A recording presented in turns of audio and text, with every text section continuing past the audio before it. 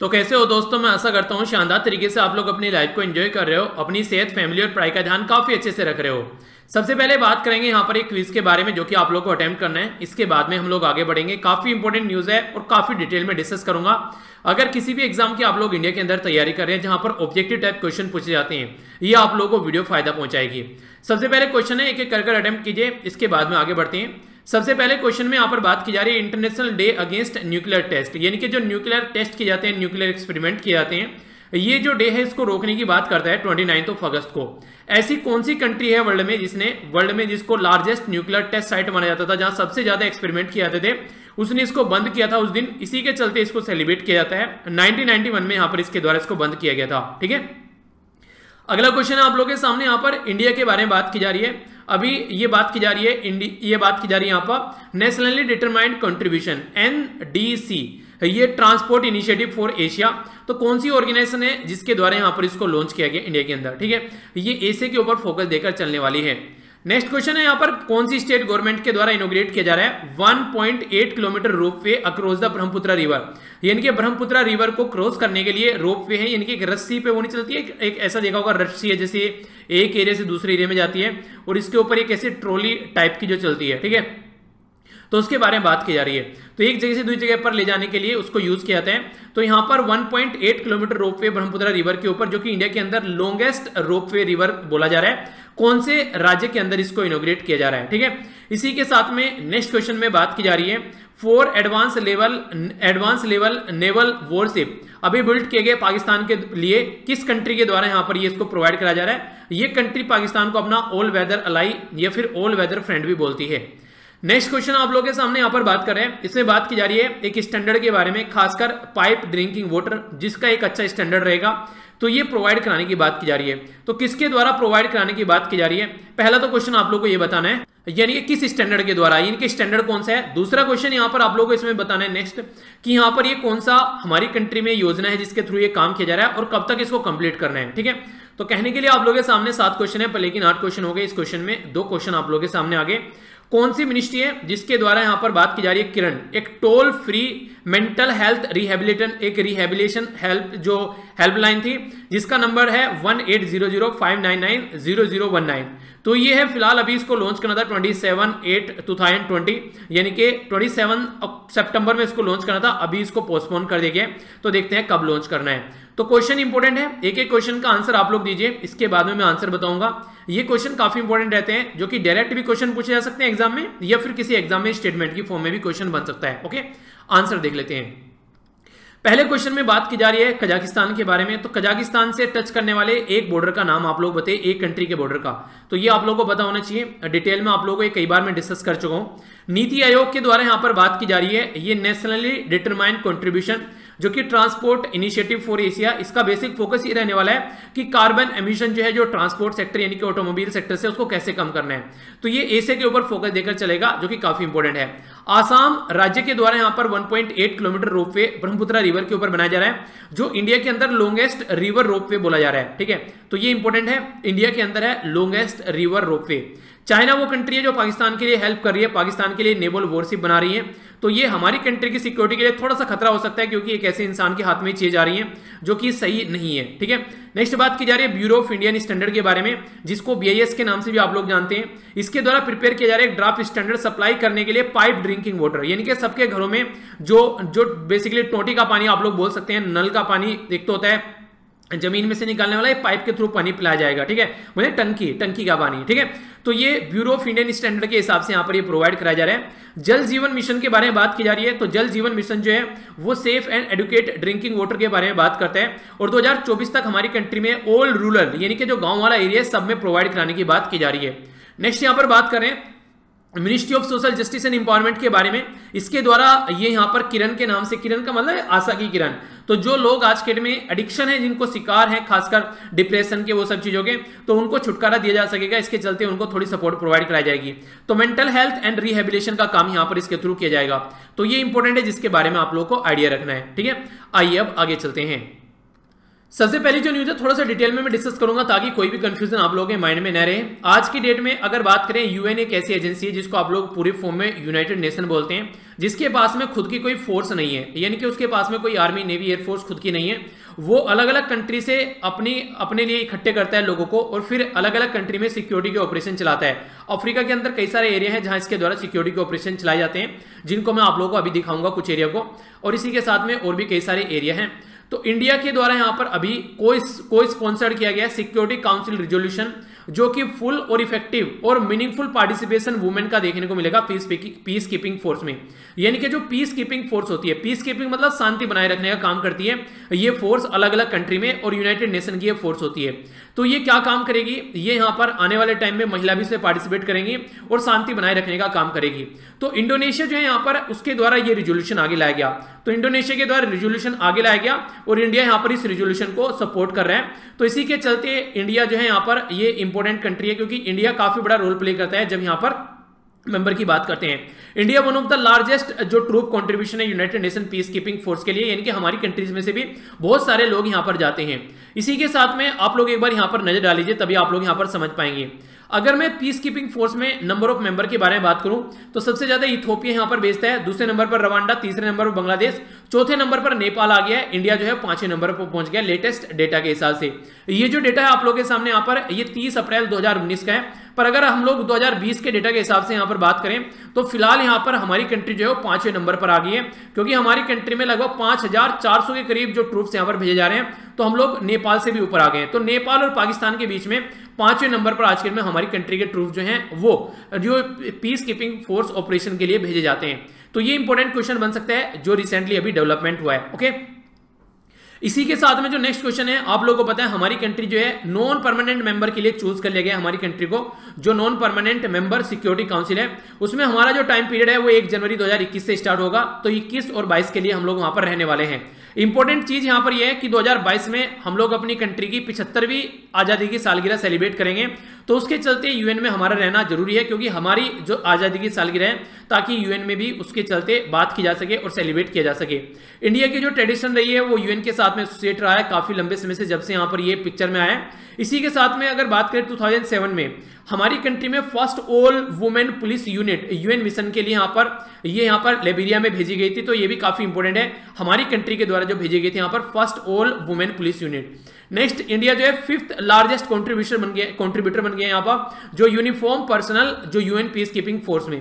पहले 4th number पर थे, आज 5वें नंबर पर हम लोग आ चुके हैं। तो इसके बारे में याद रखिएगा, ये इंपॉर्टेंट है थोड़ा सा, जो कि अभी रिसेंटली डेवलपमेंट हुआ है। ठीक है, आगे बढ़ता हूं। नेक्स्ट जो इंपॉर्टेंट न्यूज है, ये मैंने आप लोगों से हालांकि जो न्यूज पेपर डिस्कशन किया था उसमें भी मैंने आप लोगों से डिस्कस किया था, पर फिर भी यहां पर भी एक बार इसका एक ओवरव्यू ले लेते हैं कुछ डिफरेंट एंगल के साथ में। वर्ल्ड बैंक एक रैंक तैयार करता है जिसको बोलते हैं ease of doing business. Ease of doing business के बारे में अगर आप लोग बात करते हैं तो ये वर्ल्ड बैंक के द्वारा रैंकिंग तैयार की जाती है। एक तो क्वेश्चन आप लोगों से यही बन जाता है। दूसरी जो बात यहां पर देखने को मिल रही है, तो कई सारी इरेगुलरिटीज देखने को मिल रही है आज के डेट में, जिसके चलते ईज ऑफ डूइंग बिजनेस की जो रैंकिंग है वो फिलहाल अभी रोक दी गई है। ये इसलिए रोका गया क्योंकि जो डेटा कई सारी कंट्री के लिए प्रस्तुत किया गया है वो ठीक नहीं बैठ रहा है। Azerbaijan, China, Saudi Arabia, United Arab Emirates, तो यहाँ पर डेटा को रिव्यू करने की बात की जा रही है, और हो सकता है और दूसरी कंट्री के लिए भी रिव्यू किया जाए, पर अभी इंडिया को इसके बाहर रखा जा रहा है। पर लेकिन अगर देखा जाए जिस तरीके से हमारी रैंकिंग इंप्रूव हुई है पिछले 5 सालों में, आप लोग यहाँ पर देख सकते हैं हमारी जो रैंकिंग है 2019 में 142 थी, जो 15 और 16 में ये 130 हो गई, 17 में 100 हो गई, 18 में 77 हो गई, और 19 में ये 63 यानी कि 63 हो गई। तो लेटेस्ट अगर ease of doing business ranking के बारे में आप लोगों से कोई बात करें तो हमारी कंट्री की 63 latest ease of doing business ranking है। तो ये एक इंपॉर्टेंट बात आप लोग याद रखिएगा।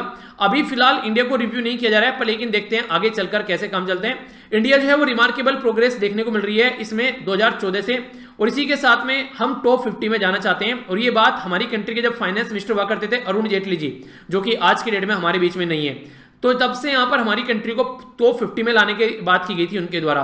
अभी अगर बात करें 142 पोजीशन से हम लोग 190 कंट्री के अंदर में 63 पोजीशन पर आ गए हैं 2019 में ease of doing business ranking की वजह से। कई सारे ऐसे रिफॉर्म है जो गवर्नमेंट के द्वारा यहां पर इंप्लीमेंट किए गए हैं, तो उसने भी काफी बड़ा रोल इसके लिए किया है इस रैंकिंग को सही लेवल पर पहुंचाने में। ये मैंने आप लोगों को बताया भी था, इसके बारे में आप लोग याद रखिएगा। क्वेश्चन है आप लोगों से क्योंकि कई बार आप लोगों को बता चुका हूं, टोटल 10 ऐसे इंडिकेटर है जिसके द्वारा यहां पर तैयार किए जाते हैं। 10 इंडिकेटर हैं, 10 में से मैंने आप लोगों को यहां पर 7 बता रखे हैं, 3 के ऊपर मैंने ब्लू पट्टी लगा दी है। ये 3 के नाम आप लोगों को बताने हैं कौन से हैं। 10 में से जो 7 है वो मैं आप लोगों को बताता हूं।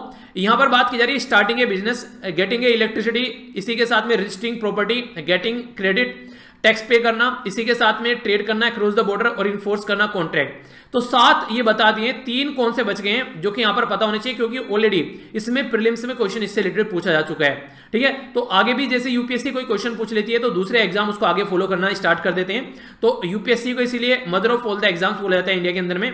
तो वो सारे क्वेश्चन फिर आगे चल के दूसरे एग्जाम्स उनको कॉपी करने लगते हैं। तो इसलिए अगर यूपीएससी के लेवल पर आप लोग तैयारी कर लोगे तो सारे एग्जाम आप लोग क्लियर होने स्टार्ट हो जाएंगे। तो अच्छे से प्रिपरेशन आप लोगों को करनी है। ठीक है, तो इसके बारे में आइडिया रखेगा। आगे चलते हैं।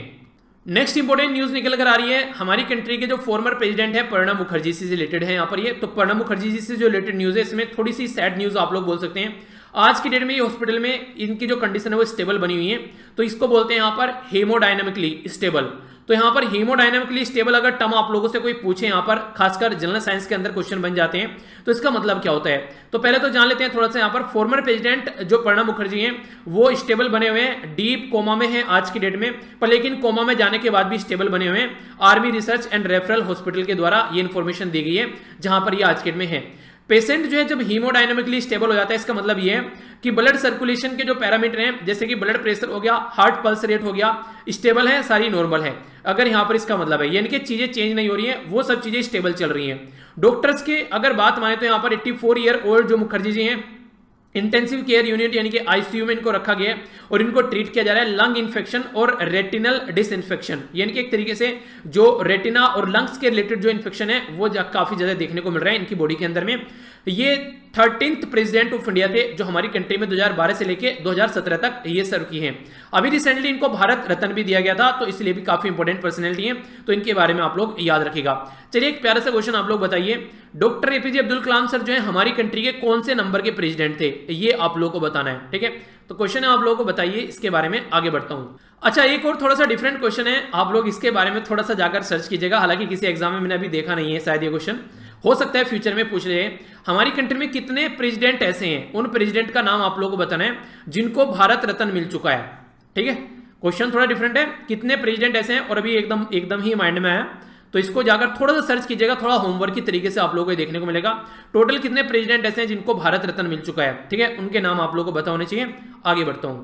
नेक्स्ट यहां पर बात की जा रही है एक इंपॉर्टेंट पर्सनैलिटी के बारे में। तो पर्सन स्पेसिफिक न्यूज में ऐसे क्वेश्चन आप लोगों से बनते हैं। बात की जा रही है बैंक बोर्ड्स ब्यूरो के बारे में, तो इसके द्वारा रिकमेंड किया गया दिनेश कुमार कारा।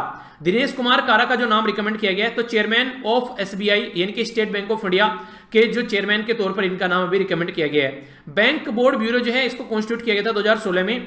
ये रिकमेंडेशन देती है अगर किसी भी पब्लिक सेक्टर बैंक के अंदर में कोई अपॉइंटमेंट किया जाता है। ठीक है, director as well as non executive जो चेयरमैन होते हैं पब्लिक सेक्टर बैंक के, वो कौन अपॉइंट करता है, बैंक बोर्ड ब्यूरो। क्वेश्चन पूछा जा चुका है यूपीएससी के द्वारा प्रीलिम्स में, और आगे चलकर ये बैंकिंग एसएससी या फिर स्टेट पीसीएस में भी क्वेश्चन बन सकता है। प्रेजेंटली जो एसबीआई के जो चेयरमैन है रजनीश कुमार है, जो कि 7 अक्टूबर को अपना टाइम कंप्लीट करने वाले हैं। तो कुमार जो है अपॉइंट किए गए थे ये 3 ईयर के लिए 2017 में, तो इनका टाइम पीरियड 3 साल कंप्लीट हो चुका है। अभी यहाँ पर नेक्स्ट जो चेयरमैन बनने वाले हैं एसबीआई के, स्टेट बैंक ऑफ इंडिया के, वो बनने वाले हैं यहाँ पर, ये है, इनका नाम याद रखिएगा आप, ये है डीके याद कर लीजिएगा, दिनेश कुमार कारा। अगर बैंकिंग की तैयारी करें तो ये क्वेश्चन आप लोगों से डायरेक्ट बन सकता है कि कौन अपॉइंट करता है, हल्का सा आइडिया रखेगा। आगे बढ़ते हैं। नेक्स्ट न्यूज है आप लोगों के सामने, यहाँ पर बात की जा रही है union minister for electronics and information technology. तो इनके द्वारा भी एक यहाँ पर ऑपरेशन टाइप में आप लोग बोल सकते हैं जो लॉन्च किया गया, इसका नाम रखा गया चुनौती। तो चुनौती यहाँ पर क्या है, next generation startup challenge contest इसको बोला गया है, जो कि बूस्ट करेगा स्टार्टअप और software production special focused tyre second town के अंदर में, ताकि जो आज के डेट में हमारी कंट्री के अंदर में भी सॉफ्टवेयर के हब बन सके कंट्री के अंदर में। 95 करोड़ रुपए यहां पर इसको दिए गए हैं, पीरियड 3 साल का है। ये आइडेंटिफाई करेगा 3 राउंड स्टार्टअप वर्किंग, आइडेंटिफाई करेगा एरिया प्रोवाइड कराने के लिए, ताकि इनको फंडिंग प्रोवाइड करी जा सके अप टू द 25 लाख। ठीक है, और दूसरी फैसिलिटी प्रोवाइड कराई जा सके। तो आज के डेट में जो मिनिस्ट्री है यहाँ पर इलेक्ट्रॉनिक्स एंड इंफॉर्मेशन टेक्नोलॉजी, ये रविशंकर प्रसाद जी के अंडर में है। तो एक तो ये याद रखेगा। मिनिस्ट्री जो है यहाँ पर ये बेसिकली जो चूज करेगी एरिया कौन कौन से हैं, एड्यूटेक यानी कि जो एजुकेशन के स्टार्टअप हैं, एग्रीटेक जो एग्रीकल्चर के, फिनटेक फाइनेंशियल से रिलेटेड जो चीजें हैं, सप्लाई चेन लॉजिस्टिक, ये infrastructure, medical care, jobs skill, इन सब में यहाँ पर ये स्टार्टअप जो काम कर रहे हैं उनमें से यहाँ पर चूज किया जाएगा और 25 लाख तक की फंडिंग यहाँ पर प्रोवाइड कराई जाएगी और दूसरी फैसिलिटी प्रोवाइड कराई जाएगी। तो इस तरीके से आप लोग देखते हैं कि यहाँ पर इस तरीके से काफी सारे स्टार्टअप को एक फायदा पहुंचा सकते हैं। तो जो सेकंड टायर की जो सिटीज है, जो बड़ी बड़ी सिटी नहीं है, एक थोड़ी कम एक तरीके से जो सिटीज हैं एक कम लेवल में आप लोग बोल सकते हैं, उनके ऊपर फोकस ज्यादा रहेगा ताकि वहां पर भी एक हब जनरेट किया जा सके। तो अच्छा एक इनिशिएटिव बोल सकते हैं और इनिशिएटिव का नाम क्या है, चुनौती। ठीक है, तो ये टर्म जरूर याद रखिएगा। पूछेंगे चुनौती क्या है, किसके द्वारा लॉन्च किया गया और बेसिक पर्पज क्या है, तो डायरेक्ट एग्जाम में क्वेश्चन बन जाएगा। ठीक है, और ये साइंस एंड टेक का है तो इसलिए वहां पर भी क्वेश्चन आप लोगों से बन सकता है। आगे बढ़ते हैं।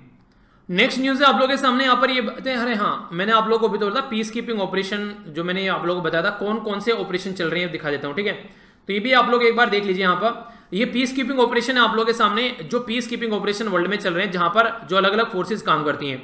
अफ्रीका के अंदर कई सारे ऑपरेशन आप लोगों को देखने को मिलेंगे। आज के लिए बात करें जैसे साइप्रस हो गया, लेबनान हो गया, इजराइल हो गया, ठीक है, पैलेस्तीन वाला एरिया हो गया। अगर यहाँ पर थोड़ा सा आप लोग ध्यान से देखेंगे तो इंडिया और पाकिस्तान के लिए भी यहाँ पर ऑपरेशन आप लोगों को देखने को मिल जाता है। ठीक है, ये देखिए जो जम्मू एंड कश्मीर वाला एरिया है उसके लिए जब यहाँ पर हमारी कंट्री के जो फॉर्मर प्राइम मिनिस्टर थे जवाहरलाल नेहरू जो यूएन में पहुंचे थे, तो दोनों के बीच में शांति बनाए रखने के लिए यहाँ पर ऑपरेशन की बात की गई थी। अफ्रीका के अंदर बहुत सारे ऑपरेशन है, सूडान के अंदर हो गया, ठीक है, ये हो गया यहाँ पर सेंट्रल जो बेसिकली रिपब्लिक, ये अफ्रीकन, ये सारी जो ये सारा एरिया हो गया, कोंगो के अंदर हो गया, साउथ सुडान हो गया। ठीक है, अलग अलग ये कंट्री आप लोगों को देखने को मिले। माली के अंदर ऑपरेशन हो गया, ठीक है, ये यहाँ पर वेस्टर्न सहारा के अंदर ऑपरेशन हो गया। तो ये अलग अलग पीस कीपिंग ऑपरेशन यहाँ पर चलाए जाते हैं। तो इंडियन फोर्स जो है वो भी यहाँ पर पार्टिसिपेट करती है, तो उसी के बारे में यहाँ पर बात की थी हम लोगों ने। ओके, तो ये थोड़ा सा एरिया है जिसके बारे में आप लोग याद रख सकते हैं। आइए अब नेक्स्ट न्यूज की ओर चलते हैं। नेक्स्ट जो न्यूज यहां पर निकल कर आ रही है, डिपार्टमेंट ऑफ इकोनॉमिक्स अफेयर, जो कि मिनिस्ट्री ऑफ फाइनेंस के अंडर में आती है, जो कि राम भरोसे चल रही है आज के डेट में यानी कि finance minister ji act of God के हिसाब से चला रही है इनको। तो अभी इनके द्वारा कोलैबोरेट किया जा रहा है यूनाइटेड नेशन डेवलपमेंट प्रोग्राम के साथ में, जिसको यूएनडीपी आप लोग बोलते हैं। ये सस्टेनेबल फाइनेंस कोलैबोरेटिव की बात की जा रही है। तो बेसिकली आने वाले टाइम में चीजों को कुछ सुधारने की कोशिश की जा रही है। ये एक तो थीम बेस्ड डिस्कशन रहेगा यहाँ पर, इनके पहले से थीम डिसाइड होगी कि सस्टेनेबल फाइनेंस कैसे चलना है आगे। इसी के साथ में सस्टेनेबल फाइनेंस और आर्किटेक्चर इन इंडिया में कैसा है उसके ऊपर फोकस किया जाएगा। डायलॉग में जो बैरियर है उसके ऊपर भी फोकस किया जाएगा और इनोवेटिव फाइनेंस के बारे में फोकस किया जाएगा। खासकर इंपैक्ट क्या रहेगा इन्वेस्ट करने का, ठीक है, इसके बारे में सोचेंगे। नेक्स्ट यहाँ पर फाइनेंस इंस्ट्रूमेंट को देखा जाएगा। फाइनेंस जो बेसिकली ग्रीन फाइनेंस इंस्ट्रूमेंट है, सस्टेनेबल डेवलपमेंट के लिए फोकस किया जाएगा। और टेक्सोनोमी की बात की जा रही है, इन्वायरमेंटली सस्टेनेबल एक्टिविटीज के बारे में।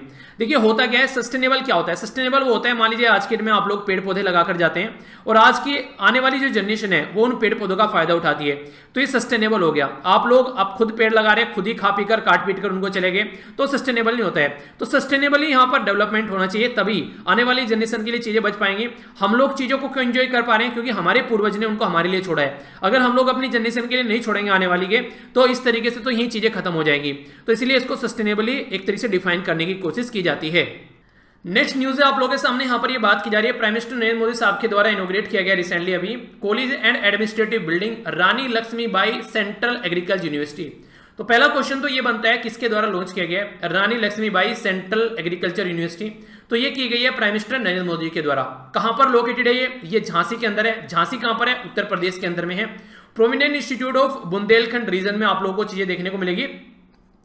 फर्स्ट एकेडमिक सेशन जो है ये 2014-15 में ऑफर किया जा रहा है अंडर ग्रेजुएट, पोस्ट ग्रेजुएट और एग्रीकल्चर, हॉर्टिकल्चर, फॉरेस्ट्री, यानी कि और भी कई सारी चीजें इसमें स्टार्ट की जा रही है। करेंटली ऑपरेट कर रही है यहाँ पर ये Indian grassland fodder research Jhansi, जो यहाँ पर देखने को मिलेगा मेन बिल्डिंग। तो इसमें और बिल्डिंग का इनॉग्रेशन यहाँ पर किया गया। कॉलेज जो रहेगा ये अब यहाँ पर एग्रीकल्चर के ऊपर बेसिकली फोकस यहाँ पर देने वाला है, ठीक है। तो झांसी की रानी का नाम आप लोगों ने सुना होगा। तो झांसी की रानी की जब भी बात आती है, तो अगर आप लोग वुमेन की ब्रेविटी के बारे में बात करें कि वुमेन ब्रेव कितनी होती है, तो झांसी की रानी का हमेशा आप लोगों को उदाहरण दिया जाता है, ठीक है। तो इनसे रिलेटेड भी आप लोग ये चीजें कुछ हैं जो याद रख सकते हैं। जिनको लक्ष्मीबाई के नाम से भी जाना जाता था, जो पैदा हुई थी वाराणसी में पैदा हुई थी, पर उनकी जान गई थी ग्वालियर में, ठीक है। तो याद रखिएगा यहाँ पर इनके बारे में, जो इनके हस्बैंड का नाम था ये था राजा गंगाधर राव, ठीक है। इसी के बाद में फिर दामोदर राव जो थे, इनके बेटे थे, गोद लिया गया, आनंद राव, ये सारी चीजें आप लोगों ने हिस्ट्री वगैरह में पढ़ी होगी। 1857 की क्रांति जब चल रही थी उस टाइम पर इनकी जान गई थी, लड़ते लड़ते ये वीर गति को प्राप्त हुई थी। ठीक है, तो इनके बारे में कुछ बातें हैं जो याद रख सकते हैं। तो ये था टोटल आज का डिस्कशन। देखते हैं क्या क्या डिस्कस किया। सबसे पहले हम लोगों ने क्विज देखा, फिर उसका आंसर देखा। यहाँ पर प्रणब मुखर्जी जी की जो तबियत है उसके बारे में हम लोगों को जानने को मिला। नेक्स्ट हम लोगों ने यहाँ पर यूएन पीस कीपिंग ऑपरेशन के बारे में काफी डिटेल में चीजें जानी। हमारी कंट्री 5वें नंबर पर है, याद रखेगा। आज के में नेपाल है, वैसे हम लोग यहाँ पर 5वें पर है लेटेस्ट डेटा के हिसाब से। वर्ल्ड बैंक की ease of doing business ranking indicators के बारे में जो क्वेश्चन पूछा गया है उनका आंसर आप लोग जरूर देना। एसबीआई के नए चेयरमैन बन चुके हैं, उनकी बात हम लोगों ने जानी। नेक्स्ट हम लोगों ने यहाँ पर देखा किस तरीके से जो चुनौती प्रोग्राम है उसको चुनौती देने की कोशिश की जा रही है मिनिस्ट्री के द्वारा। इसी के साथ में हम लोगों ने थोड़ा सा ये किस तरीके से एनवायरमेंटली सस्टेनेबल फाइनेंसिंग की बात की जा रही है वो भी चीजें हम लोगों ने समझी। नेक्स्ट हम लोगों ने एग्रीकल्चर यूनिवर्सिटी के बारे में जाना। अब आप लोगों के सामने क्वेश्चन है, एक एक कर अटेम्प्ट कीजिए। सबसे पहले जो यहां पर बात की जा रही है, ये पीस कीपिंग ऑपरेशन में किसको इंक्लूड करने की बात की जा रही है, जिसको इंडिया सपोर्ट कर रहे हैं, और ये रिजोल्यूशन कौन सी कंट्री के द्वारा आगे रखा गया है। नॉन परमानेंट मेंबर जो सिक्योरिटी काउंसिल के लिए हम लोग किस ईयर से स्टार्ट कर रहे हैं ये आप लोगों को बताना है। Ease of doing business ranking किसके द्वारा प्रस्तुत की जाती है और हमारी रैंक 2019 में कितनी है ये आप लोगों को बताना है। बैंक बोर्ड ऑफ ब्यूरो के द्वारा रिकमेंड किया गया एक पर्टिकुलर पर्सनैलिटी का नाम, उनका नाम क्या है, एसबीआई के जो नए चेयरमैन बनने वाले हैं, तो बैंक बोर्ड ऑफ ब्यूरो यहां पर अपॉइंट करता है। इसी के साथ में इलेक्ट्रॉनिक्स एंड इंफॉर्मेशन टेक्नोलॉजी के द्वारा एक पर्टिकुलर नाम बताना आप लोगों को, ये प्रोग्राम का नाम क्या है जो कि हमारी कंट्री में स्टार्टअप को सपोर्ट करने की कोशिश करेगा। ठीक है, इसी के साथ में यहां पर एक टर्म यूज की जाती है जिसके चलते blood pressure, heart beat, pulse rate ये स्टेबल रहता है, तो इसको क्या बोला जाता है पेशेंट की बॉडी के अंदर में, जिससे प्रणब मुखर्जी जी की जो हालत है वो अभी यहां पर स्टेबल बताई जा रही है। तो ये आप लोगों को बताना है।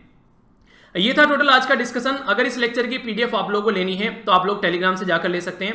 अगर लेक्चर का आप लोगों को लेक्चर का नोटिफिकेशन भी नहीं मिलता है अपलोड करने के बाद में, तो भी टेलीग्राम को आप लोग ज्वाइन कर लीजिए। सारे लेक्चर यहां पर एकदम तुरंत डाल दिए जाते हैं उनके लिंक। मेरे साथ में ट्विटर, इंस्टाग्राम और फेसबुक पर भी आप लोग कनेक्ट रह सकते हैं अगर ऑलरेडी यहां पर अवेलेबल है। तो आसपास सफाई रखिए, पानी और पेड़ पौधों को सेव कीजिए, पॉलिथीन और प्लास्टिक बिल्कुल यूज नहीं करनी है। मिलता हूं नेक्स्ट लेक्चर में। बड़ों को नमस्ते, छोटों को प्यार, छोटी सी लाइफ एंजॉय करो यार। तब तक के लिए जय हिंद।